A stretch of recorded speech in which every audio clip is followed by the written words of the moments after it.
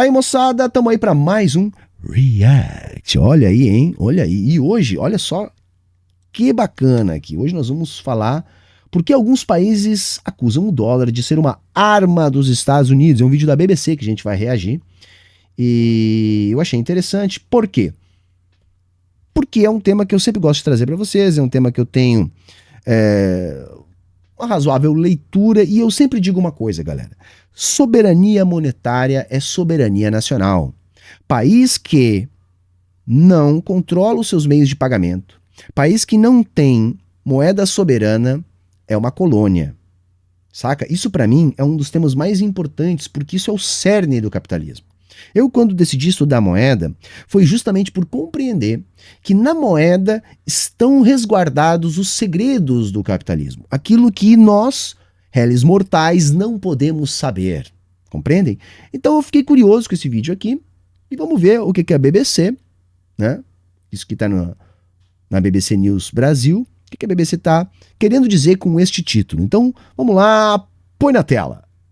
As discussões sobre alternativas ao dólar como uma moeda dominante no sistema financeiro global têm se tornado cada vez mais comuns. Esse debate é alimentado pelo receio de alguns países de que os Estados Unidos possam estar usando a moeda em prol de seus próprios interesses econômicos e geopolíticos. Não. Mete o Pikachu surpresa aí. Tem que meter o Pikachu surpresa aí, né? Será, gente? Será? O que vocês acham? Será? Ah, mano, aí não dá, né?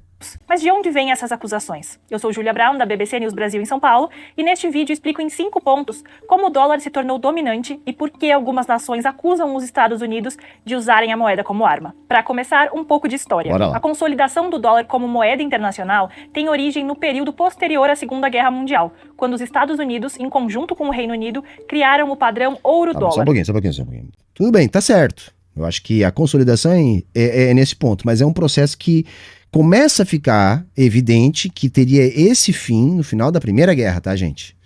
Porque os Estados Unidos saem da Primeira Guerra como o grande credor mundial, para lá migra, né, as reservas de direito em ouro na maior parte do mundo.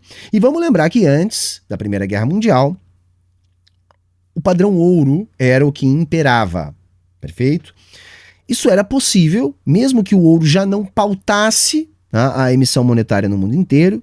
E aí eu gosto muito da tese de um cara chamado Barry Eichengreen, que até é um liberal, mas ele consegue uma explicação que tem um fundo na materialidade, que é aquela ideia de que, apesar do mundo pré-Primeira Guerra ser um mundo onde a moeda padrão para as trocas internacionais era a Libra, da Inglaterra, havia um acordo tácito entre os principais bancos centrais da Europa, que eu sempre me esqueço exatamente qual é a expressão que ele utilizava em inglês, mas significa alguma coisa como sistema de confiança e parceria, uma coisa nesse sentido. Porque mesmo que o Banco da Inglaterra fosse o mais rico e a Inglaterra é a economia dominante, porque aí tá a explicação rápida, tá, gente? O país de economia dominante é o país que impõe a moeda dominante, né? Em todas as fases do capitalismo, a gente tem essa mecânica, essa dinâmica. Mesmo que a Inglaterra fosse dominante, não havia tanta disparidade, né, naquilo que a gente pode aqui didaticamente chamar de tesouro nacional, né, de produto nacional. Então os países conseguiam fazer um ajuste, né, sempre manipulando a taxa de juros, né, a ser cobrada pelo Banco Central, a fim de manter um equilíbrio nas economias europeias que já tinham lá uma divisão, uma fatia do mundo para exercer o seu imperialismo. Isso vai ser bagunçado com a Primeira Guerra Mundial, que foi um choque entre imperialismos. E depois da Primeira Guerra Mundial, nós simplesmente não conseguimos mais recompor esta mecânica baseada numa moeda ouro. Então se quebra essa dinâmica de parceria, de confiança, porque o elemento que organizava isso era o tamanho da diferença das economias, que ficou muito dispar, né, depois da Primeira Guerra. Reparem, as potências capitalistas vão tentar, desde o final da Primeira Guerra até o final da Segunda Guerra, reconstruir o padrão ouro da moeda. Perfeito? E isso não vai ser possível.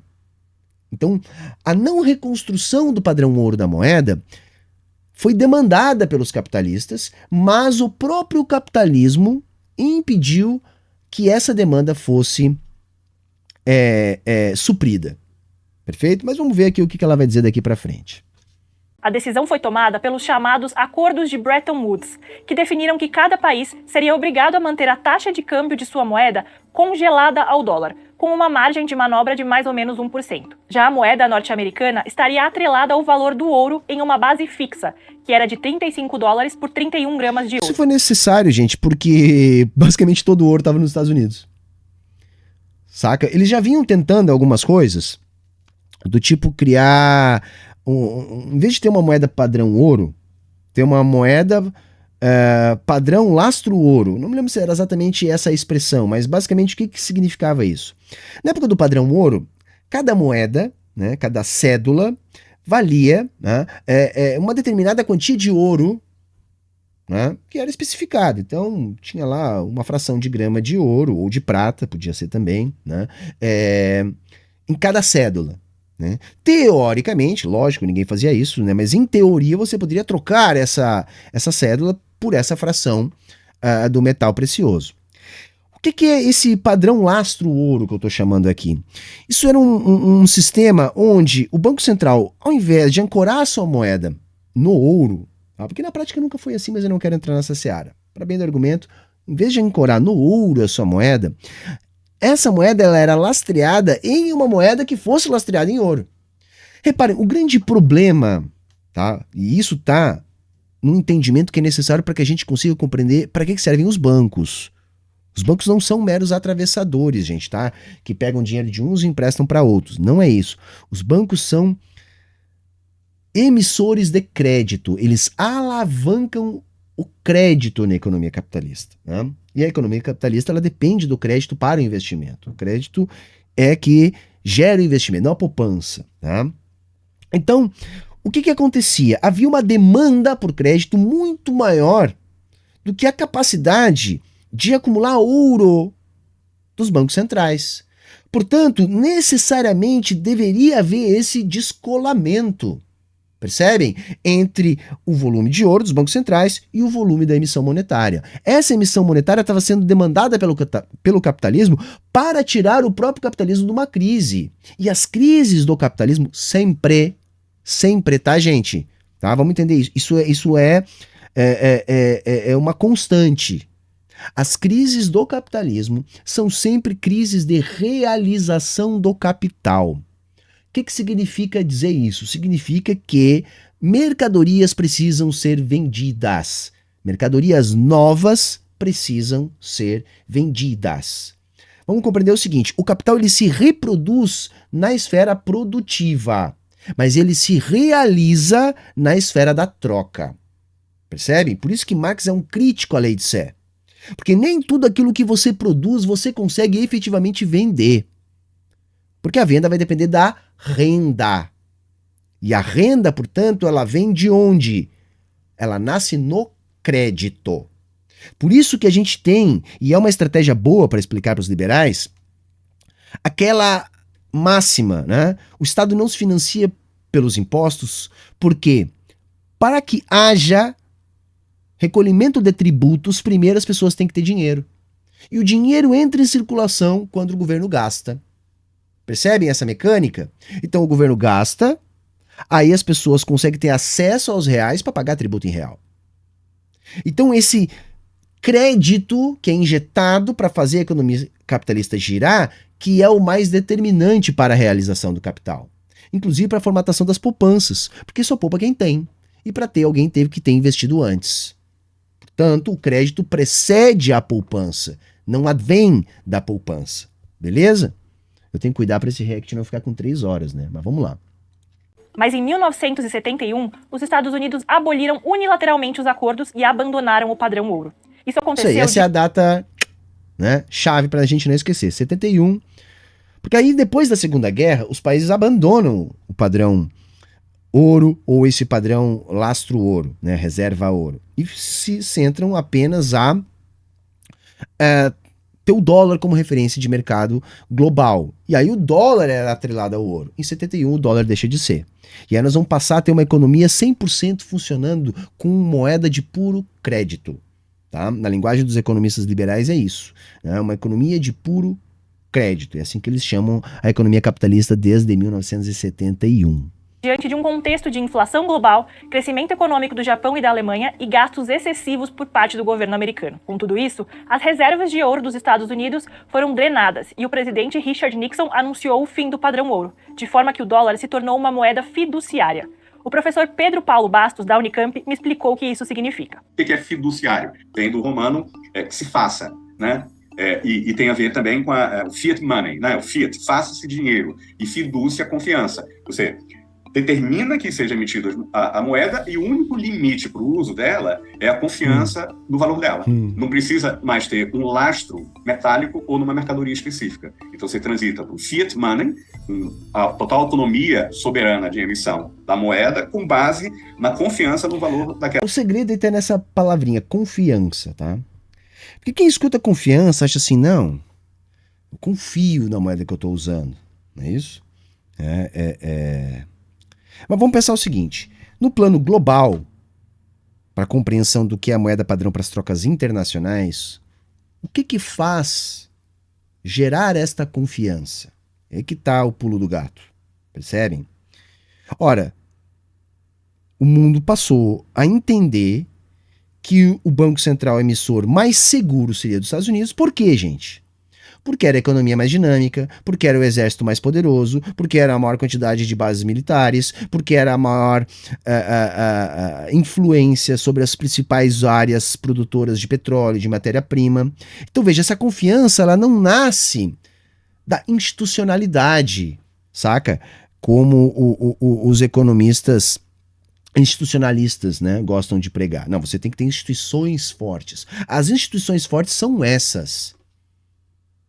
A galera acredita que o pau dos Estados Unidos é maior para bater nos outros. Percebem? Por isso que, historicamente, a gente sempre teve esse movimento. Tá?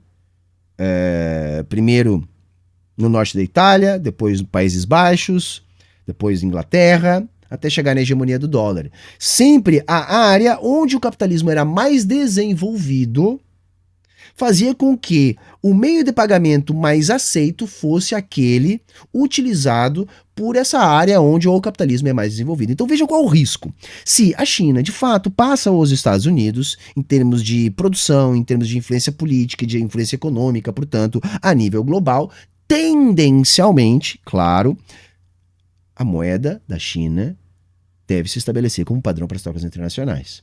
Hoje eu não vejo esse movimento acontecendo, tá, gente? Eu sei que muita gente gosta de me perguntar isso. Por que eu não vejo? Porque isso não é interesse da China. Isso pode passar a ser inevitável em alguma medida, que o dólar entrando em crise, precisando de mais guerras, rompendo laços econômicos com inimigos políticos, se polarizando mais a política mundial, necessariamente há de se construir, como já está acontecendo, novas câmaras de compensação interbancária entre os países para fugir do sistema SWIFT, por exemplo, do sistema dólar. E isso deve, tendencialmente também, dar mais poder econômico, mais poder político para aquilo que é feito na China, que passa a ser enxergado, né, pelos países como um mercado mais dinâmico, portanto mais seguro. Mas hoje não há esse interesse na China. Por quê? Porque a China consegue manipular sua moeda a mantendo desvalorizada em relação à moeda padrão para as trocas internacionais. E isso sempre foi uma vantagem que os países que não são dolarizados puderam utilizar para conseguir fazer as suas economias se tornarem mais dinâmicas. Porque vejam, se por um lado isso pode ser uma vantagem para os países, por exemplo, se você desvaloriza a sua moeda, as suas exportações ficam mais atraentes. Basicamente é isso. Então você desvaloriza a sua moeda, torna a exportação mais atraente, atrai mais dólares, resolve o seu problema daquilo que você precisa importar. Se isso é uma vantagem para quem não tem um dólar, nós temos que lembrar que quem tem o dólar, ou melhor, quem emite o dólar, não, ou seja, quem não é um usuário de moeda, porque uma coisa é clara, tá, gente? Todo país que não é emissor de moeda e que é usuário de moeda é uma colônia. Tá? Ele é uma colônia de quem emite a moeda. Né? Porque emitir a sua própria moeda é uma garantia de soberania monetária. Então o país emissor do dólar não tem esta vantagem de poder desvalorizar a sua moeda frente às outras moedas internacionais para estimular as suas exportações, se eles têm essa desvantagem, eles têm uma vantagem exorbitante, né? Que também é um termo utilizado pelos economistas liberais, que é o quê? Todo o mundo demanda a sua moeda. Percebem? Então você não tem essa vantagem, mas você tem uma vantagem superior a essa. Porque você simplesmente pode emitir, né?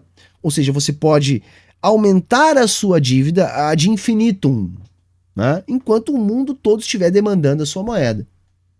Que é basicamente o que os Estados Unidos faz. Percebem? Basicamente é o que os Estados Unidos faz. No plano interno, esta questão da confiança, tá? Que o professor está falando aqui, muda um pouco. Porque no plano interno, se nós pudéssemos escolher, né, nós não usaríamos o real. Nós usaríamos uma moeda com mais poder de compra, penso eu. A questão é que nós somos obrigados a utilizar o real. Então não é uma questão de confiança. Percebem? Nós somos obrigados a usar o real. E como que o Estado nos obriga a utilizar o real? Cobrando imposto em real. Então todo o sistema de pagamentos no Brasil precisa dar conta ao leão, à Receita Federal, em reais. O que faz com que os agentes econômicos necessariamente lutem no mercado para conseguir esses reais. E aí, então, se tem esta confiança. Não é fácil fazer isso, tá, gente? Por exemplo, a Argentina não consegue. Não consegue se livrar da dolarização da economia. Desde lá da época da paridade, o que aconteceu com o argentino? Bom, o argentino, se eu posso utilizar peso ou dólar, porque eles têm o mesmo valor no mercado, eu vou usar peso ou dólar? Eu vou usar o dólar, porque eu confio mais no dólar. Percebem? Porque o país dominante globalmente é os Estados Unidos, etc. Então você já dolarizou a economia naquele momento. Desde então, todo o sistema de meios de pagamento, mesmo depois do fim da paridade, continua operando na segurança do dólar. Então a Argentina não consegue precificar seus títulos em dólar, os bancos da Argentina não conseguem ter um volume de dólares no dia a dia para evitar a depreciação do peso argentino. Por isso que o grande problema da Argentina não é dolarizar a economia, é desdolarizar a economia. Percebem? Então, no plano interno, não é uma questão de confiança. É uma questão de estabelecer um sistema onde os seus bancos não dependam do dólar para operar. Nós tínhamos uma economia parecida com a da Argentina até 94. Ou seja, uma economia que não conseguia criar uma moeda própria. Nós tínhamos lá cruzeiro, cruzado, cruzeiro novo, cruzado novo, mudava. Cada ano mudava, né? Em 3 anos chegamos a ter 5 moedas, ali nos anos que antecederam o Plano Real. Mas nós não tinha moeda. Você tinha uma etiqueta com preço, né? No meio de pagamento usual, cruzeiro, cruzado novo e tal. Mas o que pautava 100% dos preços era o dólar. Portanto, a unidade de conta, né, era o dólar. E de todas as propriedades da moeda, né, unidade de conta, reserva de valor e meio de pagamento, a mais significativa para determinar o que é moeda é a unidade de conta. Se você preferir, numa linguagem marxista, ainda que não seja exatamente a mesma coisa, é o mais análogo possível, o que a moeda é o melhor representante do capital, é o equivalente geral de valor. Então, o equivalente geral de valor para os marxistas, unidade de conta para os liberais. E isso aumenta muito a autonomia americana. A autonomia de política econômica. Eles não precisam mais ter reservas de ouro para defender o valor do dólar, né? E por conta disso, eles também podem pressionar para que aqueles limites de livre movimentação internacional de capitais acabem. Por quê? Porque isso seria fundamental para restaurar o papel do centro financeiro de Wall Street no mercado mundial. Enquanto houvesse restrições à livre movimentação internacional de capitais, isso colocava limites para que o centro financeiro americano fosse um centro financeiro global. Com isso, ao longo dos anos, o dólar se O que consolidou. ele disse ali no final é o seguinte, gente. Numa economia de puro crédito, não há limite para a alavancagem. Percebe? A galera gosta muito de me questionar, quando eu explico essa dinâmica da moeda, diz assim, tá, mas e o compulsório? Não tem a lei do compulsório? Você que está boiando aí, o que é a lei do compulsório? É aquela lei que os bancos de varejo, né, bancos emissores de moeda, tem um limite do dinheiro que eles podem criar, que seria a manutenção de 10%, né? Isso varia de país para país, 5, 10, 15, 20%. A Inglaterra, por exemplo, é 0, já derrubou o compulsório. Mas assim, há um limite daquilo que o banco pode criar de dinheiro a partir dos seus depósitos. Então, se ele tem R$ 1.000, lá, imaginando um compulsório de 10%, R$ 1.000 depositados, ele pode criar no máximo R$ 9.000 e não R$ 10.000. Então a galera diz, não, então o banco pode emprestar só a partir do que ele tem. Não, gente, não. Porque o fechamento do caixa dos bancos ele é feito a posteriori. Então vejam, o banco ele cria crédito sempre que ele é demandado. Quem são os bancos que criam moeda? Né? São os bancos emissores de moeda. Todo banco que você pode depositar dinheiro é um banco que cria dinheiro. Tá? Porque tem financeira que você não pode depositar, né? É considerado um banco, mas é um banco de investimento, é uma financeira, etc. Não. Se é um banco que você pode depositar dinheiro, tipo um banco de varejo, é um banco emissor de dinheiro. Qual é o dinheiro, para ser mais preciso, qual é a moeda que esses bancos de varejo emitem? É aquilo que os economistas chamam de moeda escritural bancária ou simplesmente de depósitos à vista. Os bancos de varejo comerciais criam depósitos à vista, literalmente do nada. Quando? Sempre quando eles são demandados por crédito. Então, quando o Joãozinho vai no banco e pede 10 mil de empréstimo, o banco cria 10 mil para botar na conta do Joãozinho a partir do momento que ele aprova o empréstimo do Joãozinho. O banco não precisa ter nada para criar esse dinheiro. Nada. Chegou lá o Joãozinho, opa, beleza, quero 10k aí, vocês aprovam? Deixa eu ver aqui a ficha. Aprovamos, massa. De onde é que vem os 10k para a conta do Joãozinho? Do nada. O banco digita ali, pimba, tá criado 10 mil na conta do Joãozinho. Qual a contrapartida que o banco utiliza para poder criar os 10 mil na conta do Joãozinho? A dívida de 10 mil do Joãozinho. Então o banco pega lá no seu balanço, do lado do seu passivo, ou seja, aquilo que ele deve, ele cria 10 mil reais que estão depositados na conta do Joãozinho. Isso é um passivo do banco, uma dívida do banco. Do lado do ativo, que tem que ser igual ao passivo, né? O banco cria um crédito, né? Um ativo, uma coisa que ele tem, o ativo é o que o banco tem, no valor de 10k. O que é que o banco tem que vale 10k? A dívida do Joãozinho. Tá entendendo? Então, de um lado, o banco cria a moeda, do outro lado, o banco cria a dívida. Se no final do dia, quando o banco vai passar a regra nas suas transações com o Banco Central e com os outros bancos, por quê? Porque com o Banco Central e com os outros bancos, esse banco não pode usar essa moeda escritural bancária que ele criou, né? Com o Banco Central e com os outros bancos, ele tem que utilizar a moeda que o Banco Central criou, tá? Que os economistas chamam de reservas bancárias ou dinheiro de alta potência, é a mesma coisa, que é o dinheiro criado pelo Banco Central, não o dinheiro criado pelos bancos. Para fechar a sua conta com os outros bancos e com o Banco Central, esse banco que criou lá os 10 mil na conta do Joãozinho só pode utilizar o dinheiro criado pelo Banco Central, que são as reservas bancárias. É aí que é aplicada a lei do compulsório. Ou seja, de tudo aquilo que o banco criou ao longo do dia, né, ele tem que ter ali um mínimo de reserva bancária que ele não pode deixar de ter no seu ativo. E às vezes pode acontecer do banco ter criado muito dinheiro e não conseguir fechar o compulsório. Isso é um problema para o banco? Não é, porque faltou 1 milhão, 1 bilhão. O banco simplesmente vai no mercado interbancário de reservas, que é onde os bancos compram reservas bancárias quando precisam, e ele adquire esses ativos e fecha a sua conta, gente. Por isso que esse compulsório ele é um freio muito fraco, tá? No sentido de fazer os bancos ter algum limite na emissão monetária. Por isso que, por exemplo, o Banco da Inglaterra, né, que está rodando MMT aí há anos, né, já eliminou isso. Tá? Porque ele pode ser eliminado, porque na prática os bancos dão um jeito de contornar isso, fazendo arbitragem, enfim, tendo acesso a crédito. Pode ser notada de diferentes formas. Um exemplo é o quadro atual em que os mercados de títulos dos Estados Unidos são os mais líquidos e profundos. Isso significa que eles são considerados os mais seguros do mundo. Isso, liquidez, gente, no economia significa capacidade de liquidar contratos. Né? O meio de pagamento ele é mais líquido na medida que ele tem mais poder de liquidar contratos. Os títulos do Tesouro dos Estados Unidos são os mais líquidos do mercado. Por quê? Porque a lógica é a seguinte, olha, até quebrar o Banco Central dos Estados Unidos, ou melhor, o Tesouro dos Estados Unidos, tudo deve quebrar antes. Entendeu? É mais fácil quebrar qualquer coisa no planeta, né, do que quebrar o Tesouro dos Estados Unidos na atual conjuntura. Então é por isso que eles são os títulos mais líquidos e mais seguros. Porque o mercado entende que para chegar ao ponto do Tesouro dos Estados Unidos quebrar e não conseguir honrar com os seus pagamentos, né, todo o resto antes tem que quebrar. Porque é uma coisa, né, gente? O mundo inteiro consome dólar. Quem é que emite dólar? O Banco Central dos Estados Unidos.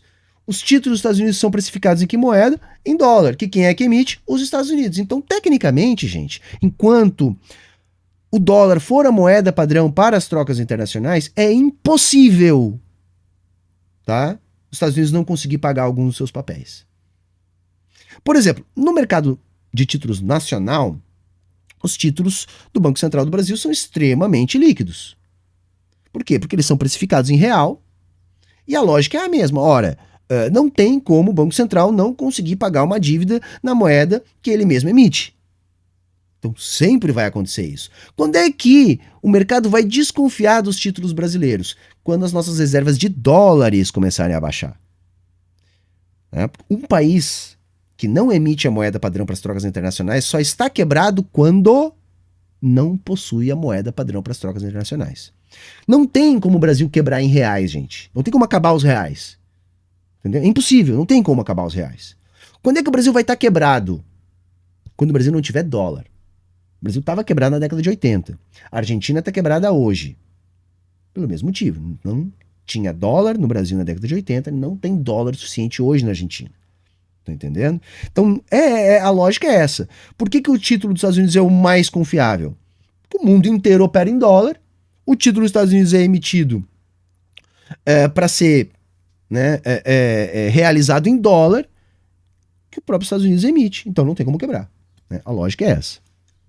O risco de um calote é pequeno, apesar do mercado financeiro apontar que ele vem crescendo recentemente. O dólar também é a moeda mais usada nas reservas globais e nas transações no sistema SWIFT, uma rede de pagamentos global que conecta 11 mil instituições financeiras em mais de 200 países. Os bancos centrais de diversas nações também mantêm suas reservas internacionais em dólar. Além disso, a moeda domina o comércio internacional de commodities, especialmente no mercado de petróleo, em que o valor do barril é sempre precificado em dólares. O que nos leva ao segundo ponto do vídeo, que são as acusações em torno dessa dominância. Adversários dos Estados Unidos, países em desenvolvimento, analistas e até aliados já disseram que Washington tem se aproveitado da dominância do dólar para agir em seu próprio benefício. Essas denúncias usam como principal argumento as sanções... Isso não é óbvio? Isso é óbvio, né? ...econômicas do governo americano. O que os críticos afirmam é que com a dominância do dólar, países, empresas, bancos ou indivíduos sancionados pelos Estados Unidos podem ser totalmente excluídos do sistema monetário financeiro internacional e do sistema de pagamentos global, a depender do nível das sanções. Aqui é importante dizer que existem vários tipos de sanções. O que ela está querendo dizer? Gente, assim, o dólar não é só um meio de pagamento, não é só uma moeda, é um sistema monetário. Ele roda dentro de um sistema de compensação interbancária global. Estão entendendo? Isso é tudo interligado, mas interligado, isso roda em um determinado sistema, que é o sistema dólar. E o que os Estados Unidos pode fazer, como quem controla esse sistema é unilateralmente os Estados Unidos, tá? Existem alguns acordos, algumas convenções, mas no limite, tá? Na prática, quem controla tudo isso é os Estados Unidos. Os Estados Unidos eles podem simplesmente desligar qualquer um dos usuários desse sistema. Estão entendendo? Basicamente é isso que acontece. Eles fizeram isso em alguma medida com a Rússia. Por isso que já estão sendo construídos outros sistemas de compensação interbancária internacional paralelos ao dólar. Já existia um sistema entre China e Rússia antes da exclusão da Rússia do SWIFT. O que aconteceu depois da exclusão parcial, né, que não foi uma exclusão total da Rússia do SWIFT? Bom, se ampliou o volume de transações nesse sistema, se melhorou esse sistema. Algo parecido também entre China e Argentina, envolvendo trocas diretas bilaterais entre os bancos centrais, também foi estabelecido. Então, hoje o mundo, em função da instabilidade, da polarização política, já caminha para a construção de uma arquitetura financeira, né, que organize a compensação interbancária global para além do sistema dólar. Isso enfraquece o dólar. Mas por que isso acontece? Isso acontece por causa do jogo político, que deriva do poder econômico, que a gente nunca pode esquecer. Econômicas, diplomáticas, militares e esportivas são alguns exemplos. E as sanções internacionais podem ser implementadas tanto por países como por organismos internacionais como a ONU. E a lista de sanções aplicadas pelos Estados Unidos se destaca por ser uma das maiores. Ela inclui governos estrangeiros como Irã, Cuba, Coreia do Norte, Síria, Venezuela e outros. As sanções mais recentes são as que têm a Rússia como alvo. Elas foram implementadas pelos americanos e outros aliados, como a União Europeia, por conta da invasão à Ucrânia no início do ano passado. Desde a aplicação, os principais bancos russos foram excluídos do SWIFT. Além disso, o país teve cerca de 300 bilhões de dólares em suas reservas internacionais congelados, o que representa quase metade do total de... Que é, assim, no popular, roubo. Roubo. O dinheiro estava no sistema que os Estados Unidos controlavam, o dinheiro não era deles, eles pegaram o dinheiro. É como se você tivesse uma grana num banco. Sei lá, você tem a sua grana toda no banco. Daqui a pouco o banco diz, não gosto do que você fez. Você é palha. Você não é mais meu amiguinho. Perdeu o Playboy. O que você botou aqui no banco agora é nosso. Foi isso que fizeram. E não é a primeira vez, né? A Inglaterra roubou o ouro da Venezuela. Vocês têm noção? O ouro da Venezuela, que estava guardado na Inglaterra, foi roubado. Porque disseram, não gostamos do regime chavista, acho que não é legítimo, vamos ficar com o ouro de vocês.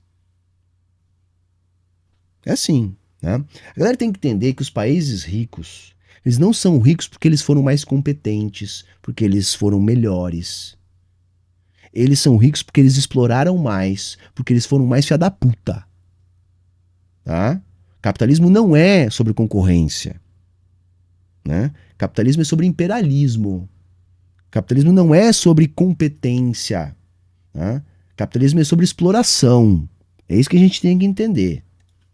E logo no início do conflito, os Estados Unidos impediram o Banco Central da Rússia de realizar transações em dólar, além de terem bloqueado totalmente o Fundo de Investimento Direto russo. Também foram alvos organizações e pessoas ligadas ao presidente russo Vladimir Putin, entre elas Andrei Melnichenko, o homem mais rico da Rússia. Eu conversei com a pesquisadora Zongyuan Zoe Liu, e ela ilustrou um pouco o que significa estar sob as sanções americanas. It basically means the existing dollar... Não, achei que era outra pessoa, mas tudo bem. Achei que era outra pessoa. Desculpa, essa eu não conheço.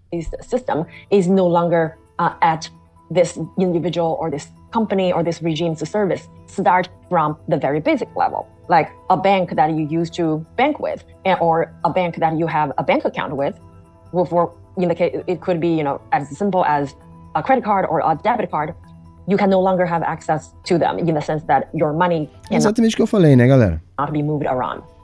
A analista explicou ainda que um tipo específico de sanção pode penalizar também qualquer um que tente fazer negócio com o alvo principal. So secondary sanctions means when an individual is the direct target of the sanction, oftentimes it also implies that no other entities can legally facilitate transaction with or for this particular sanctioned entity or regime or company. The secondary sanctions, most famous case in recent years would be Huawei's chief financial officer, CFO, Ms. Meng Wanzhou. She was accused by Western governments for facilitate transactions or doing business with... Esse caso foi icônico, né, galera? Porque mostra, assim,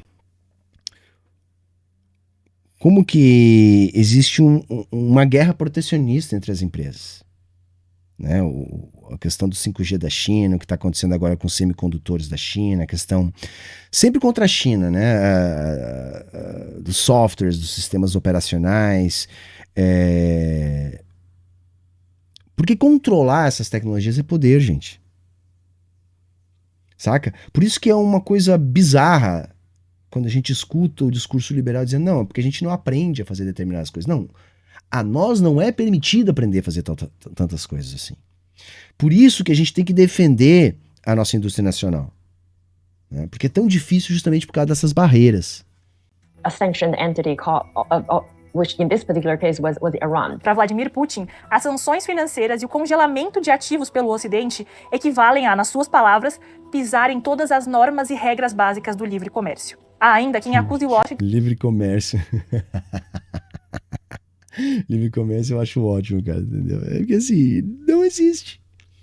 O comércio global ele é qualquer coisa menos livre. Por imposição do capitalismo. Por imposição do capitalismo. Tá? Vamos entender que isso não é uma deturpação do capitalismo. O capitalismo é assim. O capitalismo é assim, tá, gente?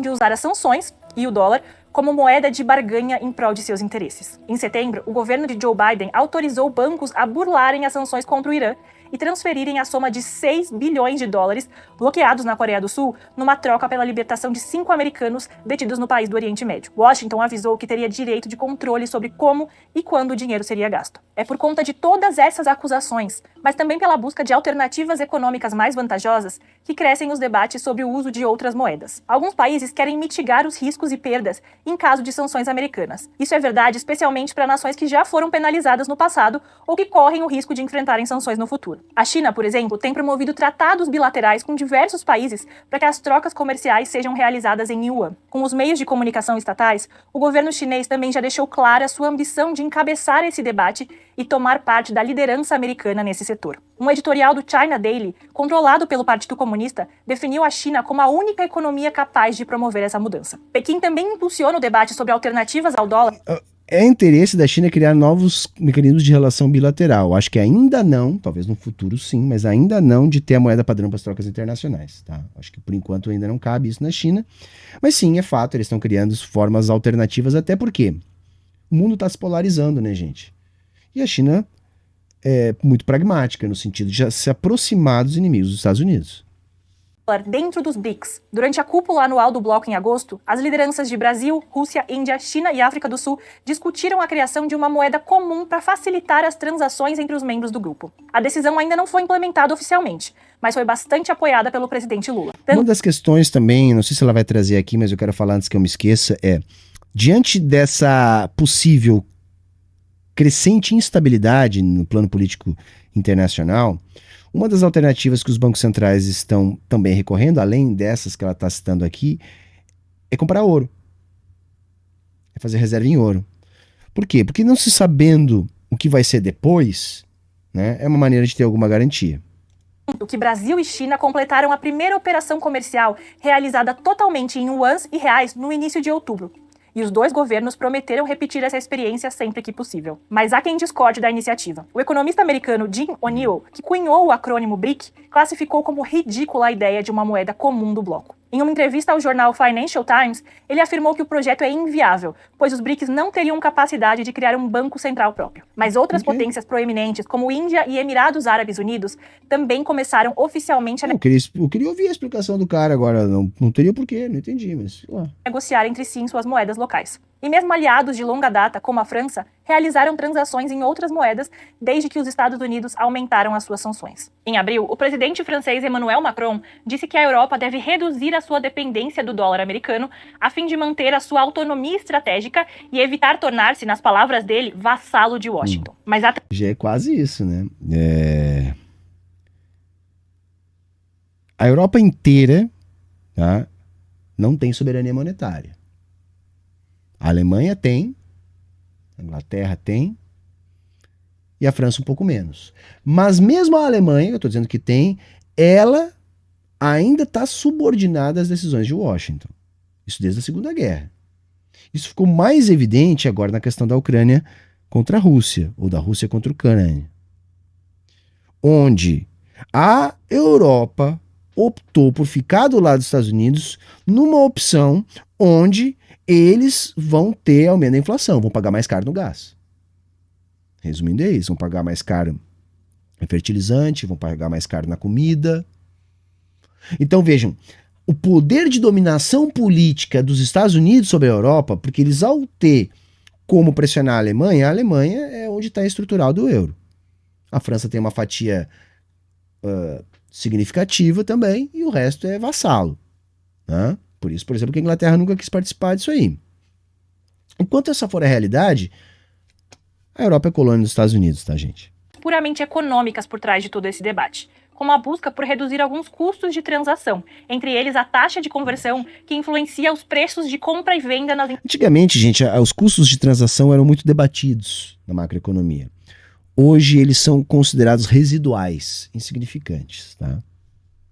importações e exportações. E também diminuir os riscos cambiais, ou seja, o sobe e desce da moeda americana. Para os especialistas, é principalmente essa busca por reduzir custos e riscos que levou o Brasil a embarcar nessa tendência. Mas, segundo eles, a procura por uma forma de se proteger de eventuais ações dos Estados Unidos contra importantes aliados econômicos também pode ter entrado na conta. Mas qual a posição americana em relação a tudo isso? Quando questionada sobre o impacto dos debates sobre a busca por novas moedas, a secretária do Tesouro dos Estados Unidos, Janet Yellen, admitiu que as sanções motivaram alguns países a procurar alternativas monetárias, mas garantiu que o dólar permanecerá dominante. Só que o dólar americano já registrou uma queda de 8% em sua participação nas reservas globais em 2022.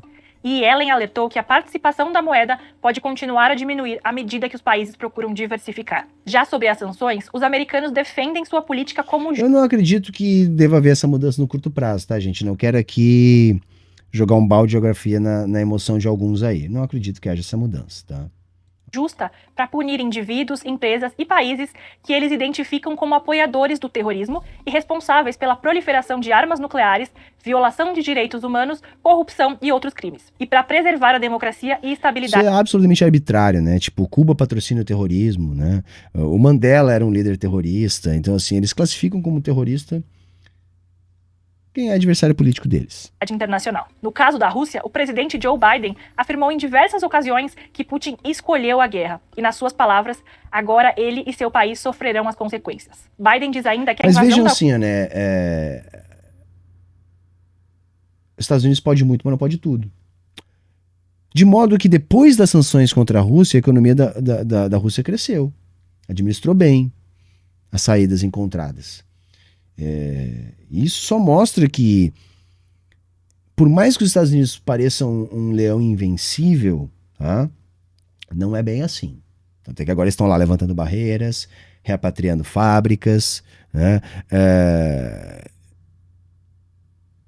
Insistindo num ciclo de alta de juros para tentar controlar, vamos dizer assim, o poder do dólar, né? Porque sempre trabalhando com juros negativos, juros muito baixos, contando que o mundo estava demandando dólar. Agora estão precisando aumentar. Quando os Estados Unidos aumentam sua taxa básica de juros, o mundo inteiro aumenta sua taxa de juros, o que faz o mundo inteiro crescer mais devagar.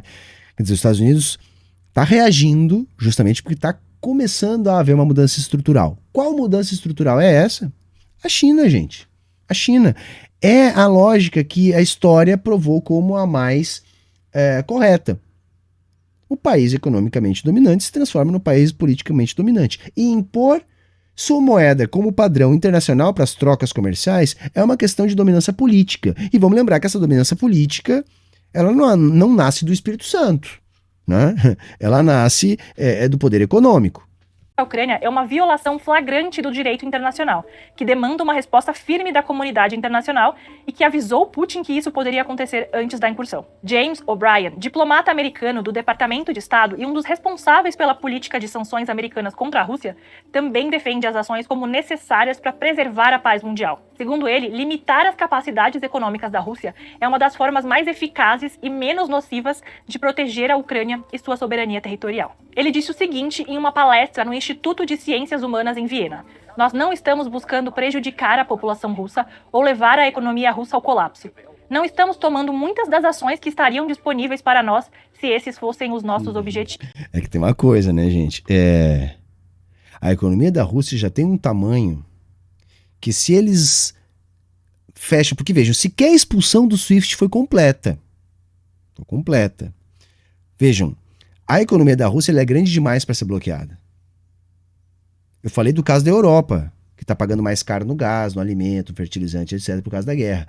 Se as sanções fossem mais severas, as consequências para o mundo capitalista em relação às sanções seriam ainda mais severas. É uma coisa que eu tenho dito bastante nos vídeos aqui ultimamente. Isso é importante para nós socialistas. Em que sentido? Olha, o socialismo ele tem que ser de alguma maneira imboicotável.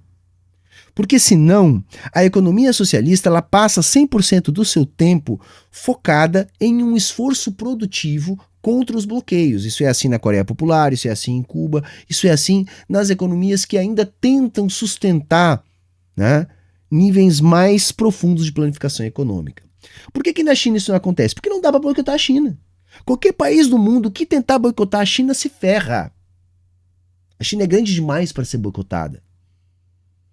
E é só por isso que eles não boicotam. Porque eles têm que atacar de outra maneira. Estão boicotando a Rússia dentro da medida do possível. E não vão conseguir, gente. Não vão conseguir. A Ucrânia, ela não tem condições de resistir à Rússia. Aquilo vem se estendendo há tanto tempo porque é o mundo inteiro versus Rússia. Né? O mundo ocidental, para ser mais preciso aqui. Agora, com a questão em Gaza, com a pressão política aumentando sobre o Biden, começam a minguar a ajuda à Ucrânia. Vocês vão ver o que vai acontecer nos próximos meses. E detalhe, a Rússia ainda não venceu a guerra de uma vez por todas, porque há uma preocupação com os civis ucranianos. Né? Há uma preocupação com os civis ucranianos, porque se eles usassem força total, eles podiam simplesmente devastar toda aquela região ali. Não é isso? Da mesma maneira que os Estados Unidos também não pode utilizar a força total, né, em apoio à Ucrânia por pena de criar um conflito de proporções globais que talvez não seja o momento dos Estados Unidos tancar agora. Né? É por isso. Mas organizações internacionais como o think tank americano Instituto Cato defendem que muitas vezes as sanções acabam afetando justamente a população, ainda que essa não seja a intenção inicial. Um exemplo são as organizações humanitárias, que podem enfrentar dificuldades de importar remédios ou processar doações feitas no exterior. Mas os americanos e analistas favoráveis à manutenção do status do dólar dizem também que o sistema dolarizado favorece a todos por ser estável e de baixo risco. Além disso, afirmam que é muito tomar no cu, se fuder. mais fácil e conveniente ter uma única moeda para precificar e realizar trocas internacionais. Me desculpem aí, tá? Me desculpem. O capitalismo depende, tá? Sempre de um padrão para as trocas internacionais. Sempre dependeu. Mas dizer que isso é bom para todo mundo, vai tomar no cu, né? É bom para quem, né, carapara? E que dificilmente outra moeda conseguiria alcançar o que o dólar alcançou. O que nos leva ao questionamento que domina esse debate. Uma desdolarização da economia mundial é de fato possível? Para Zhong Yuan, Zhou e Liu, há espaço para o crescimento e ganho de influência de moedas alternativas à americana. I would say the infrastructure has already been laid out. It's a matter of how these infrastructure can connect with each other.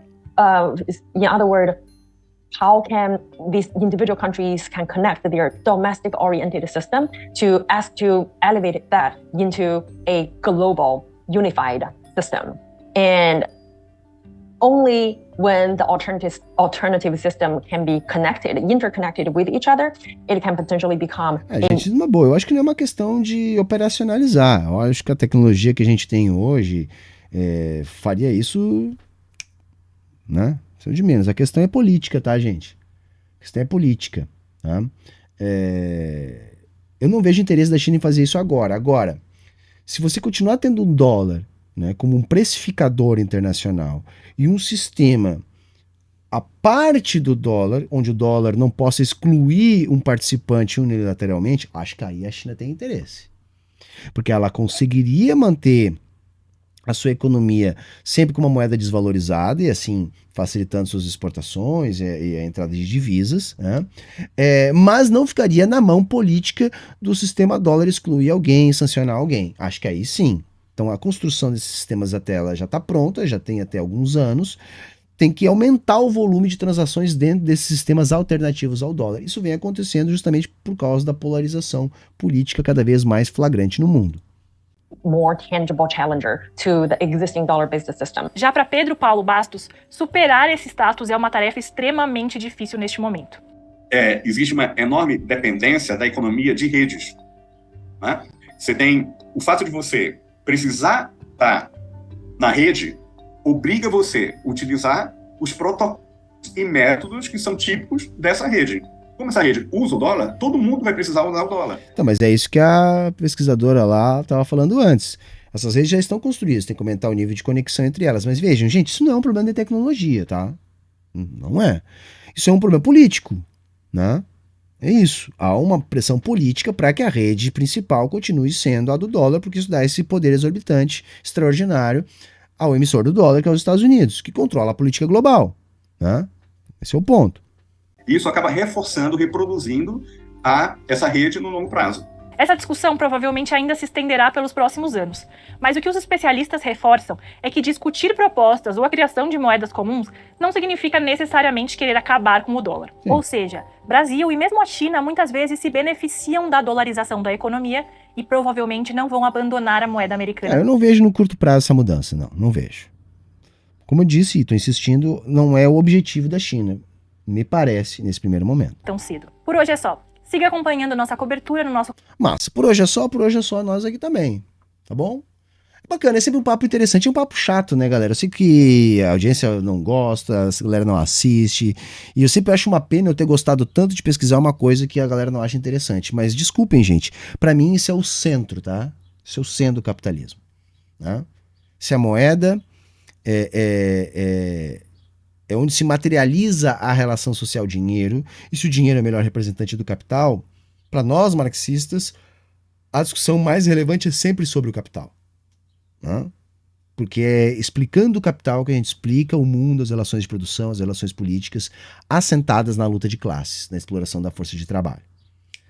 Bacana, espero que vocês tenham gostado. Ajudem aí esse vídeo ser mais consumido, já que é um conteúdo difícil de ser consumido, deixando seu like, deixando aí o seu comentário aqui embaixo, e se possível ajuda a manter o canal, pô, né?